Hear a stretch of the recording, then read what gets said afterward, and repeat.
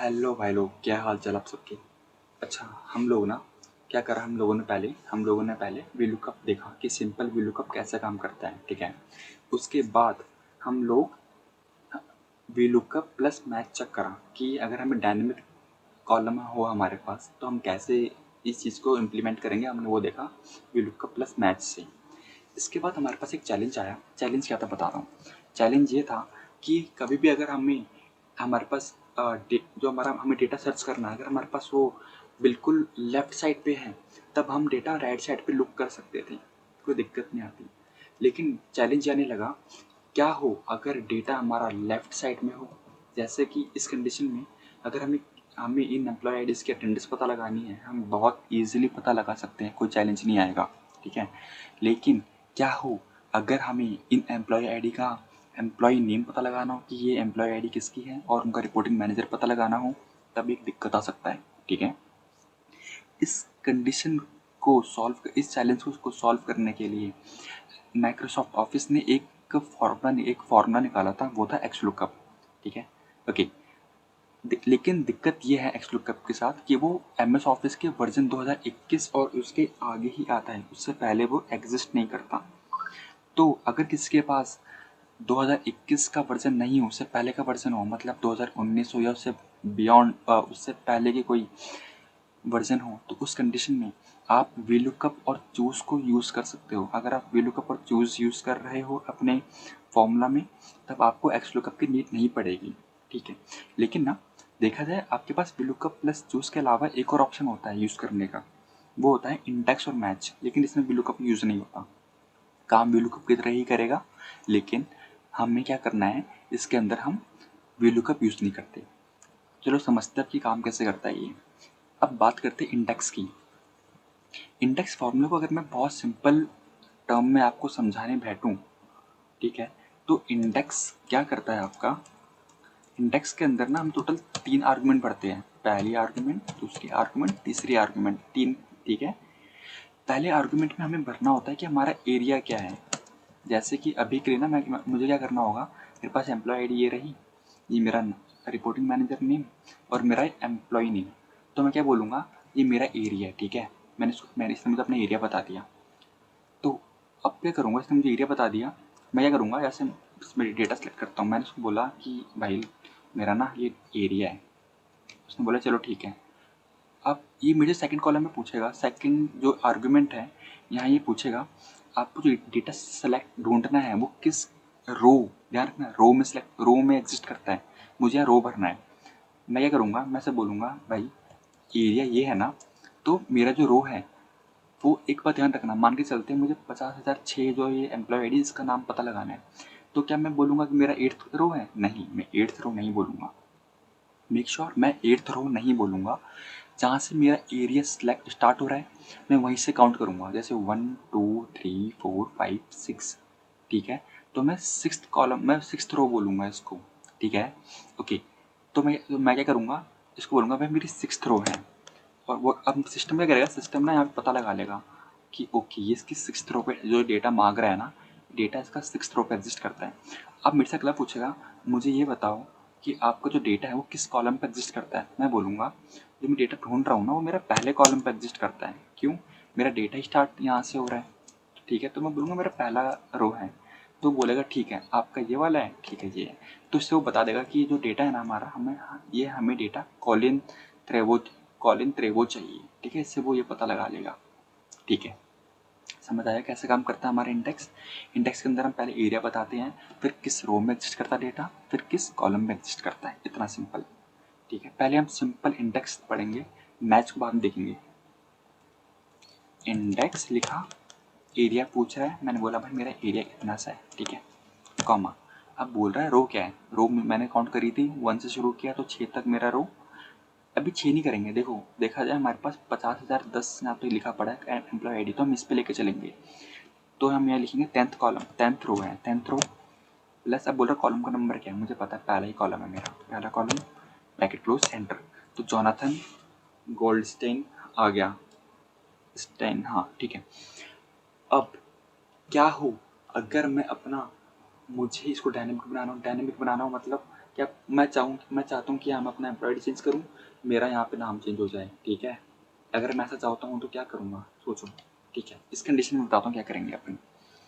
इस कंडीशन में एक बात ध्यान रखना, हमें कॉलम चेंज करने की जरूरत नहीं है। कॉलम हमें इस कंडीशन में हमें कॉलम को चेंज करने की ज़रूरत नहीं है। कॉलम हमारा वही रहेगा, 1 कॉलम, खाली हमारा रो ही चेंज होगा, ठीक है।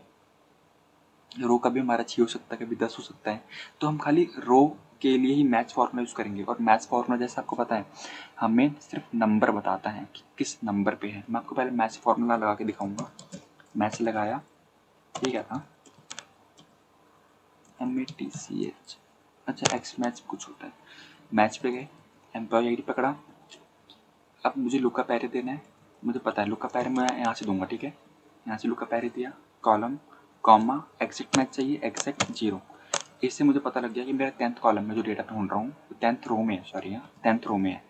चाहूँ तो इसको कॉपी पेस्ट भी कर सकता हूँ, मैं लिख लूँगा, ठीक है। दोबारा से इंडेक्स लिखा, एरिया पूछ रहा है मुझे, एरिया क्या है मेरा, मैंने बोला मेरा इतना सा एरिया है, ठीक है।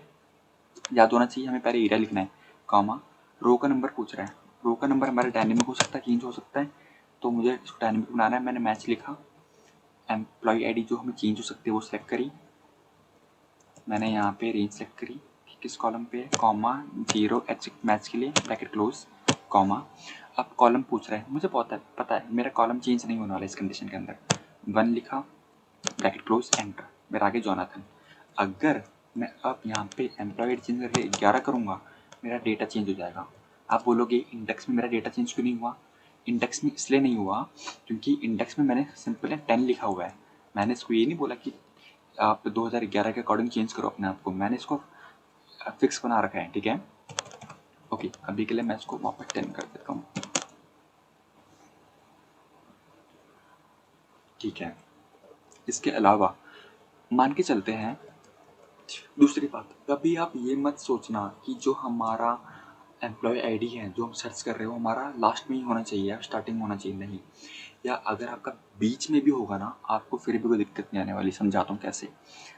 मान के चलते हैं हमें किसी बंदे की अटेंडेंस चाहिए, वैसे हम अटेंडेंस किसी भी बच्चे की वीलुकअप से निकाल सकते हैं, लेकिन फिर भी हम अगर इंडेक्स से निकालना हो, मैं बोलता हूँ इसको कि मेरा रेंज ना इतना है,